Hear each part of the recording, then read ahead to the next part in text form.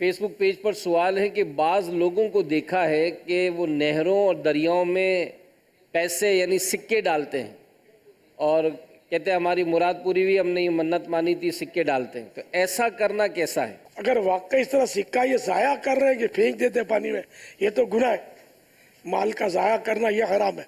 مجھے یہ پوچھنا ہے امیر اہل سنت سے کہ جب ہم کسی کو اصال ثواب کرتے ہیں، کیا اس مردے کو بھی یہ پتہ چل جاتا ہے کہ مجھے کس نے اصال ثواب کیا ہے؟ جواب عنایت فرما دیں۔ جی ہاں، اس کو پتہ چل جاتا ہے، اور جس کا نام لیا جائے اس کو خوشی بھی حاصل ہوتی ہے، یعنی سارے مسلمانوں کو اس کا ثواب پہنچا، ہم اللہ کی بارگاہ میں عرض کریں، ثواب تو جب بھی پہنچ جائے گا، لیکن یہ کہ ہم اگر کسی کا نام لیں گے نا کہ میری والدہ کو پہنچا، میرے والد صاحب کو پہنچا، تو ان کو خوشی زیادہ ہوگی کہ میرے بیٹے نے مجھے اصال ثواب کیا۔ جیسے مہمان ہوتے ہیں تو کھانا تو سب کے لیے چنا گیا، سب کھا ہی رہے ہوتے ہیں، اب کسی کو کہتے ہو آپ برابر کھانا، ہاں بھائی آپ پیٹ بھر کے کھانا، وہ اقبال بھائی شرمانا نہیں، ذرا اچھی طرح کھانا، تو جس کا ہم نام لیں گے تو اس کو خوشی زیادہ ہوگی نا، تو اصال ثواب میں بھی نام لیتے ہیں تو خوشی زیادہ ہوتی ہے۔ عبداللہ سوال کر رہے ہیں کہ کسی کے اچانک انتقال پر اس کے قریبی عزیز کو بلانے کے لیے کہتے ہیں کہ بہت بیمار ہے، آپ جلدی گھر آ جائیں، جبکہ وہ انتقال کر چکا ہوتا ہے۔ یہ اس لیے بولا جاتا ہے کہ قریبی عزیز کو تکلیف نہ ہو، تو ایسا کہنا کیسا ہے؟ تو جھوٹ یہ، اس میں یہ احتیاط کرنی چاہیے کہ ایمرجنسی ہے جلدی آ جاؤ، تو ایمرجنسی میں سخت بیمار ہوگا تب بھی ایمرجنسی ہے، فوت ہو گیا تب بھی ساری ایمرجنسی ہی، اس کو کہنے میں حرج نہیں ہے، تو یہ محتاط جملہ ہے۔ میرا سوال یہ ہے کہ میری ایک بیٹی ہے اور اس کی ہاتھ اور پاؤں کی 6 انگلیاں ہیں، میں اس کی انگلیاں کیا اگر کٹوانا چاہوں تو کٹوا سکتا ہوں؟ ہاں، مطلب کہ زائد عضو ہے یہ، اور بیکار ہے، کسی کام کا نہیں ہے، تو کٹوانے کی تو اجازت دیتے ہیں یہ ہمارے علماء۔ مفتی صاحب کیا فرماتے ہیں اس میں؟ شرعی حکم یہی ہے کہ اسے کاٹ سکتے ہیں، یعنی یہ جو چھٹی انگلی ہے اس کو کٹوا سکتے ہیں، اس میں حرج نہیں ہے۔ میرا نام ذوالفقار علی ہے۔ سوال یہ ہے کہ آپ حضرت صاحب سے پوچھنا یہ ہے کہ یہ جو درود پڑھتے ہیں صلو علی حبیب، یہ کس حدیث میں ہے یا کن کا طریقہ مبارک ہے، کن کی سنت ہے؟ یہ قرآن کریم میں صاف حکم ہے، یا ایھا الذین آمنوا صلو علیہ وسلموا تسلیما، اے ایمان والو نبی پر درود اور خوب سلام بھیجو۔ اب وہ کسی نے اردو میں اگر کہا کہ درود شریف پڑھیے، جس سے ہمارے ہاں مقررین کہتے ہیں محبت سے جھوم جھوم کر درود شریف پڑھیے، تو اس میں کیا منع ہے؟ جب قرآن نے فرما دیا کہ درود و سلام پڑھو تو بندہ اپنی زبان میں کہہ لے کہ درود و سلام پڑھو۔ تو اسی طرح وہ مدینہ شریف میں نے دیکھا تھا کہ وہ جگہ جگہ بورڈ ہوتے ہیں، جگہ جگہ یا کہیں کہیں صلی علی النبی، ایک تو یہ بورڈ دیکھے تھے میں نے، اور دوسرے جب جھگڑا ہو جاتا حاجیوں میں کہیں تو وہ بولتے ہیں بعض اوقات صلی علی النبی، لڑائی معاف کرو، اپنا دل صاف کرو، درود شریف پڑھو۔ تو بہرحال یہ کہ یہ انداز مجھے پسند آیا، اور مجھے یہ خیال رہ گیا کہ یہ لوگ صلو علی الحبیب بولتے ہیں، صلی علی النبی میں بھول گیا تھا، تو میں نے وہ صلو علی الحبیب کہنے کی ترغیب شاید ایک بار دی تھی میں نے ہفتہ وار اجتماع میں، کہ میرا جی چاہتا ہے کہ میں صلو علی الحبیب کہوں اور لوگ صلی اللہ علی محمد کہیں، اور یہ چل پڑا۔ سنیوں کو تو درود شریف میں مزہ آتا ہے نا، میٹھا میٹھا لگتا ہے درود شریف، اور کیوں نہ میٹھا لگے، ہے ہی میٹھا، شہد سے بھی میٹھا ہے۔ تو یوں الحمدللہ یہ رائج ہو گیا صلو علی الحبیب، اور اس کا جواب صلی اللہ تعالی علی محمد۔ خوف خدا و عشق مصطفیٰ، علم و عمل اصلاح معاشرہ، خوف خدا و عشق مصطفیٰ، علم و عمل اصلاح معاشرہ، فقہ شریعت و طریقت کا ہے